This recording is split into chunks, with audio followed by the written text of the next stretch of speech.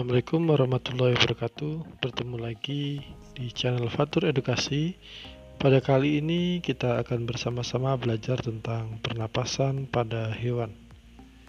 Jangan lupa sebelum belajar, Bapak ingatkan untuk berdoa terlebih dahulu agar apa nanti yang disampaikan dapat memberikan manfaat bagi kita semua. Serta tolong dicermati sebelum mengerjakan soal-soal yang nanti akan disampaikan.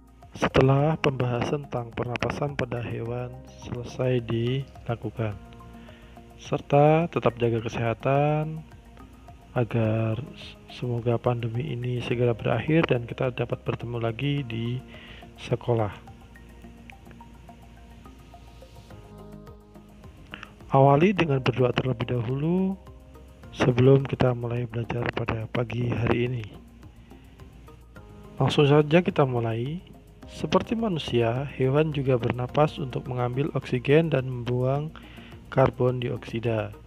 Namun, sistem pernapasan pada hewan berbeda dari manusia. Bahkan sistem pernapasan pada hewan pun berbeda-beda sesuai dengan jenisnya. Jadi, misalnya sapi dengan ikan, dengan ayam, dengan cacing, dengan cicak, bisa berbeda-beda sistem pernapasan atau alat pernapasan yang digunakan. Nah, kita langsung saja mulai dari yang pertama, yaitu cacing. Cacing tidak mempunyai alat pernapasan khusus. Cacing bernapas melalui permukaan kulit. Kulit cacing selalu basah dan berlendir untuk memudahkan penyerapan oksigen dari udara. Oleh karena itu, cacing menyukai tempat lembab untuk menjaga supaya kulit tubuhnya selalu basah dan berlendir. Zat sisa pembakaran berupa karbon dioksida dan uap air dikeluarkan dari tubuh juga melalui permukaan kulit. Jadi secara umum bagaimana cacing bernapas, yaitu menggunakan kulit untuk mengikat oksigen dan mengeluarkan karbon dioksida.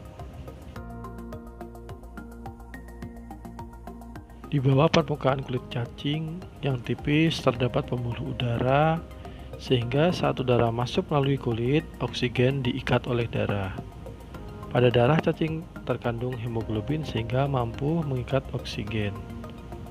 Sehingga sisa pembakaran juga berupa karbon dioksida dan uap air dikeluarkan dari tubuh juga melalui permukaan kulit tersebut.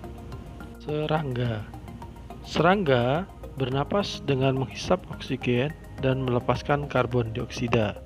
Namun, alat pernapasan serangga berbeda dengan hewan lain. Alat pernapasan serangga berupa trakea, yaitu sistem tabung yang memiliki banyak percabangan di dalam tubuh. Percabangan trakea disebut trakeola. Trakea mengedarkan oksigen langsung ke semua sel tubuh dan organ serta menyerap karbon dioksida dari semua sel tubuh untuk dibuang kembali. Selanjutnya adalah ikan. Ikan bernapas dengan menggunakan organ khusus mirip saringan yang disebut dengan insang.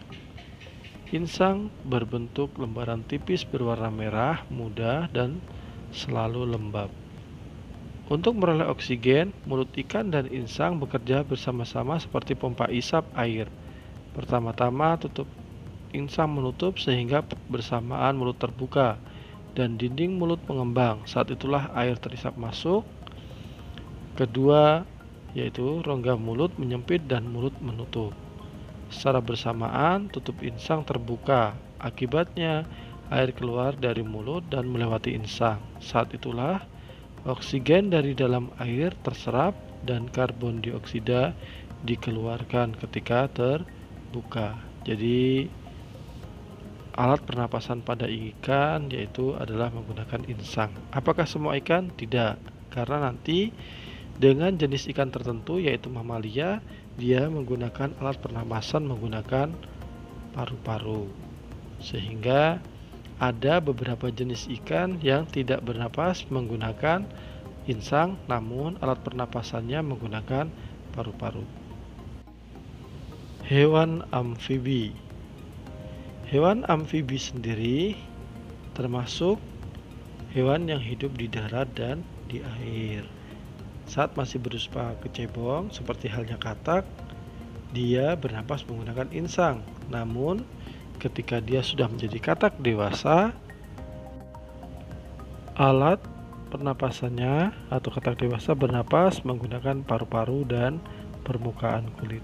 Jadi, ketika kita lihat ada dua jenis alat pernapasan yang digunakan ketika katak kecil atau masih seperti kecebong, dia menggunakan insang, dan ketika dewasa dia mengandalkan dengan paru-parunya. Selanjutnya, reptil. Hewan yang termasuk jenis reptil diantaranya seperti ular, kadal, cicak, buaya, atau biawak. Reptil bernapas menggunakan paru-paru. Udara masuk melalui hidung, lalu keluar ke batang tenggorokan, lalu ke paru-paru kembali. Namun, ketika diamati secara lebih terperinci, ternyata paru-paru kadal dan buaya lebih kompleks dengan beberapa belahan dan tekstur seperti spons. Artinya, meskipun sama-sama menggunakan alat pernapasannya berupa paru-paru, namun ada beberapa perbedaan detail yang ada dalam setiap hewan tersebut. Hewan selanjutnya yaitu burung atau aves. Burung bernapas dengan sepasang paru-paru.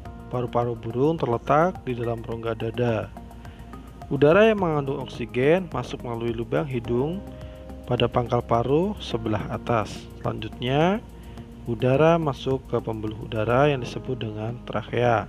Burung menghirup udara sebanyak-banyaknya saat tidak terbang. Sebaliknya, saat terbang, burung tidak menghirup udara. Udara dihembuskan dari kantong udara ke paru-paru. Jadi, ketika pada alat pernapasan burung ternyata ada alat bantu berupa kantong udara yang digunakan atau difungsikan untuk menampung oksigen yang ada di dalam tubuh burung, sehingga ketika terbang dia tidak menghirup udara namun hanya mengeluarkan saja.